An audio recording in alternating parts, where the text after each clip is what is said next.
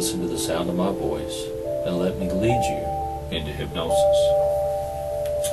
When we told people that police are hypnotizing people, they thought we were joking. Police hypnosis has really flown under the radar here for 4 years.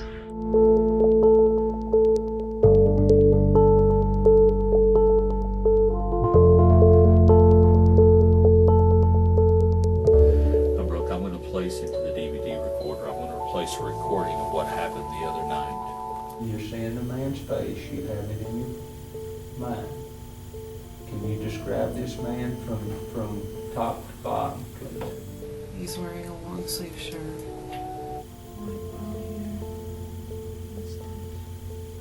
Are you able to see his hands?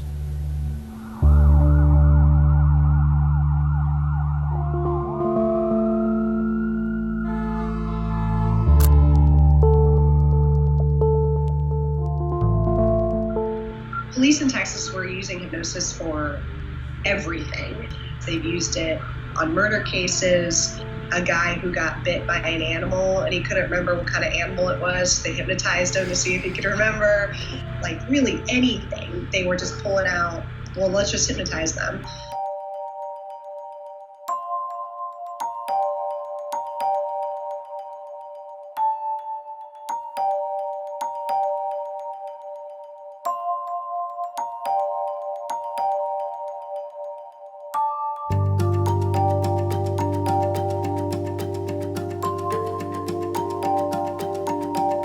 Hypnosis has this sort of magic halo.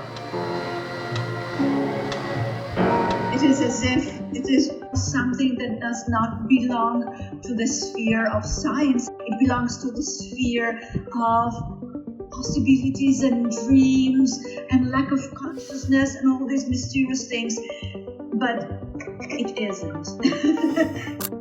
In the forensic context, hypnosis is usually used to recover memories.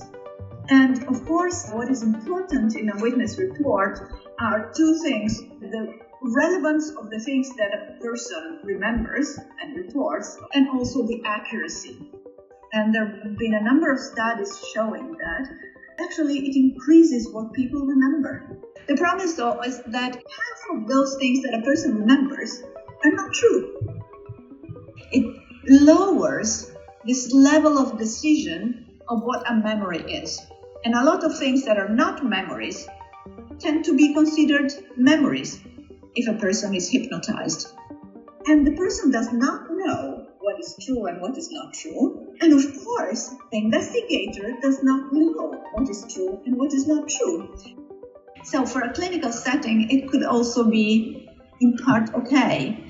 But for a forensic context in which accuracy is the fundamental element, something that decreases so much accuracy is not a good tool at all.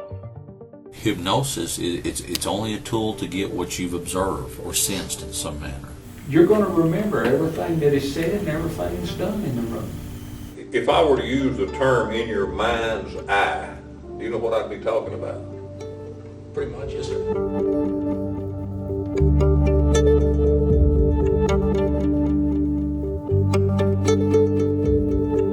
There are a number of people on death row in Texas or who are serving a life sentence because they were convicted based on hypnotically refreshed testimony. And in fact, there's a case right now that might go in front of the U.S. Supreme Court of a man in Dallas who's on death row who was put behind bars with the help of hypnosis. And for him, this really is life or death. You know, this will determine whether he is executed or whether he gets another shot at freedom.